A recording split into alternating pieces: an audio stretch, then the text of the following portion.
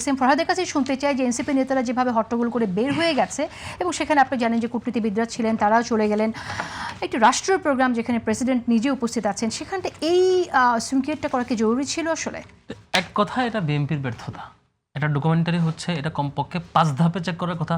সরকারি মিনিস্ট্রি কেন চেক করে না, এটা তাদের ব্যাপার, তাদের ব্যর্থতা।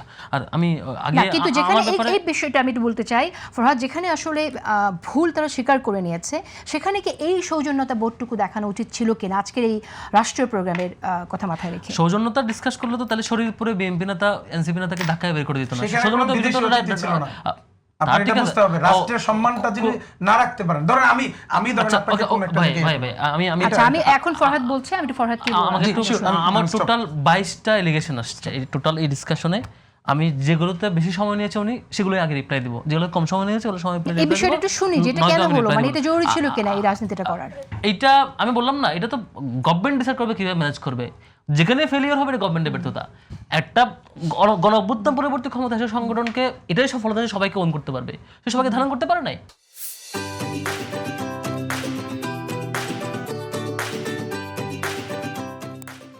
আমি মূল আলাপে আসি। উনি সবচেয়ে বেশি সময় নিয়েছে যে আলাপটা করতে, সেটি হচ্ছে রাজাকার ইস্যুতে। রাজাকারদের ছবি আসছে। তাহলে আমি একটু আগেও বলেছিলাম, আপনি ভিন্ন মত পোষণ করবেন আপনার একটা প্রোগ্রাম দিয়ে, আবার যদি আপনার তাও মনে না হয় অপরাধ করে তাদের ব্যবস্থা নেবেন। রাজাকারের আলাপ করি, রাজাকারের এই আলাপ যদি করে সবার আগে ক্রিমিনালাইজ করতে হবে জিয়াউর রহমানকে। শাহ আজিজুর রহমান কে? 25শে মার্চ মিলিটারি ক্র্যাকডাউনের পক্ষে জাতিসংঘের যে প্রতিনিধি দল গিয়েছিল তার অন্যতম সদস্য হচ্ছে শাহ আজিজুর রহমান। তাকে বিএনপি সুন্দর মতো হচ্ছে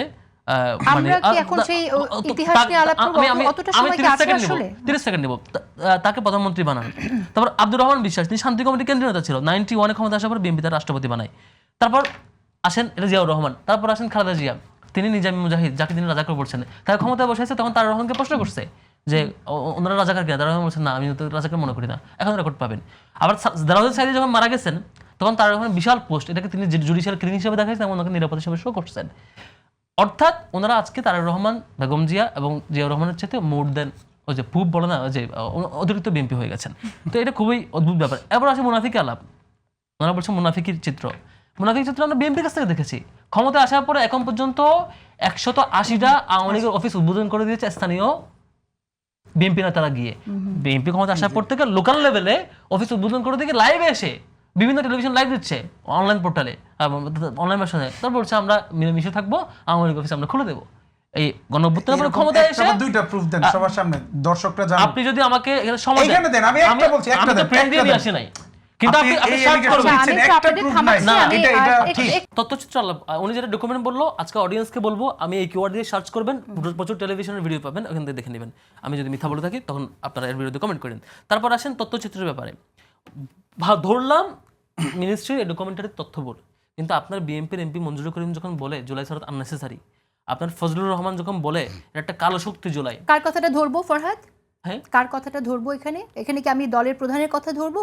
স্ট্যান্ডিং আমি যখন বিএনপি পাবলিকলি যখন কোনো শোকজ করে না, আচ্ছা, যখন সংসদে এই ধরনের বক্তব্য দেয়, এরপর যখন বিএনপি শোকজ করে না, এটাকে থামায় না, তখন নিশ্চয়ই আমি সন্দেহ দিচ্ছি। তাহলে আপনাদের দলের নেতা ঢাকা 17 এমপি যে উস্কে দিলেন এই সংঘর্ষ, সেটাকে আমরা কিভাবে দেখব? আপা, যদি সংঘর্ষ উস্কে দেয়, যদি সে কাউকে পাঠায়, আপনি এর বিরুদ্ধে সরাসরি স্ট্যান্ড নেবেন। কিন্তু জুলাইয়ের মতো ঘটনায় কালো শক্তি বলা দুটো সেম জিনিস না। জুলাই সনদকে আননেসেসারি দুটো। আমার প্রশ্নটা সেটা না, আমার প্রশ্ন হচ্ছে যে কোন দলের কোন নেতার বক্তব্যকে আমরা আসলে বক্তব্য বলে, দলের বক্তব্য বলে আমরা গ্র্যান্ট করব, গুরুত্ব দেব, সেটা আমার প্রশ্ন আর কি আপনার কাছে। হ্যাঁ, কারণ আচ্ছা, তাহলে আমাকে সময় দেন। বেগম রোকেয়া ঘটনা আসেন, উনি ব্যাখ্যা করেছেন, একটা অপব্যাখ্যা করেছেন। সেটি হচ্ছে উনি বলছেন যে শিবিরের প্রোগ্রামের বাইরে ছাত্রদল আরেকটা প্রোগ্রাম করেছে, সেখানে থেকে আমরা হামলা করেছি। ঘটনা উল্টা। সেটি হচ্ছে মারামারি হয়েছে সরাসরি শিবিরের প্রোগ্রামের ভেন্যুতে। ভেন্যুতে ছাত্রদল কেন গেল?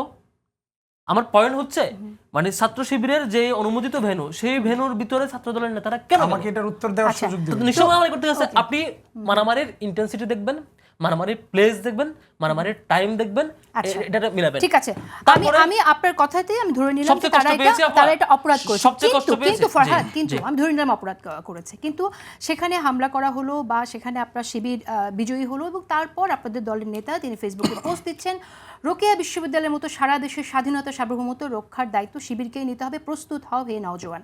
এটা কি দলের বক্তব্য ধরবো? তাহলে আপনি যেহেতু আরেকজনের কথা বলছেন, ব্যাখ্যা আমি বলি, মানে হচ্ছে আপনি আমার প্রোগ্রামে হামলা করলে আমি এটা প্রোটেক্ট করবো, সিম্পল। আমার স্বাধীনতা আমি রক্ষা করবো, এটা আমার স্বাধীনতা। আমি প্রোগ্রাম করবো, আমরা বক্তব্য দিব, আপনি এখানে হামলা দিবেন ছাত্রলীগের ছেলে, আমি প্রোটেক্ট করবো না? তাহলে সেটা তো আপনারা, তাহলে সেটা সারা বাংলাদেশের অন্যান্য ইউনিভার্সিটিতে আপনারা ওই প্রোটেকশনে গেলেন। আমি কারো প্রোগ্রামে হামলা করবো না, বাট আপনি আমার প্রোগ্রামে হামলা করবেন, আমার প্রোগ্রামে আপনি হামলা করবেন, আমি এটা প্রোটেক্ট করবো। নিউ মার্কেটের সেই বক্তব্য ভাইরাল হয়েছে, আপনাদের নেতা আমাদের ঢাকা কলেজ ছাত্র দলের সদস্য সচিবকে ফোন দিয়ে থ্রেট করে বলতেছে আসতেছি, রেডি থাকেন বা আপনারা ক্যাম্পাস থেকে দূরে থাকেন। আপনি কি এটা শুনেন নাই?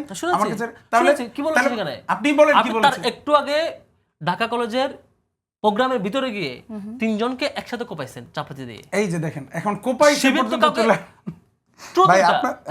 ভাই আপনারা যেটা বলেন এটাই ফ্যাক্ট, রিয়েলিটি, আসলে বাকি সব মিথ্যা। চালিয়ে যান, আচ্ছা, সমস্যা নাই।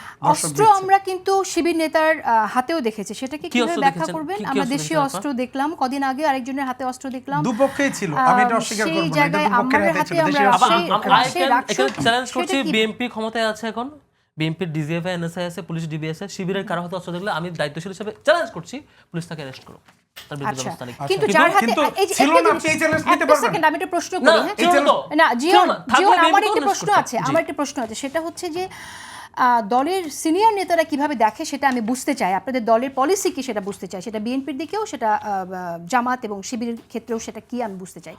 আপনারা বলছেন যে অস্ত্র হাতে আমরা দেখতে চাই না, আমরা ছাত্রলীগকে, যে কারণে আপনারা ছাত্রলীগের বিরুদ্ধে দাঁড়িয়েছিলেন, কিন্তু এখন যখন দেশীয় অস্ত্র কারো হাতে দেখা যায়, যেমন আম্মারের হাতে দেশীয় অস্ত্র দেখা গেল, এবং আপনাদের দলের নেতা ডক্টর খালিকুজ্জামান তিনি বলছেন যে আম্মার আয়াস বেয়াদব নয়, তারা এই যুগে জাতির সূর্য সন্তান এবং সত্যিকারের জাতির মুক্তির কল্যাণে এরাই কাজ করবে। তো মুক্তির কল্যাণকে আপনারা অস্ত্র হাতে নিয়ে আসবেন? কোনো ব্যক্তিকে আজীবন কল্যাণের জন্য কাজ করবে এই বক্তব্যের সাথে আমি অলওয়েজ ডিসএগ্রি করি। আমার ব্যাপারও না, আমার ব্যাপারে কেউ বলবে আমি অলওয়েজ জাতির কল্যাণে কাজ করবো, আমি যে কোনো ভুল করতে পারি, কারো চরিত্রের ব্যাপারে এভাবে সার্টিফাই করা আমি কখনো সমর্থন করবো না।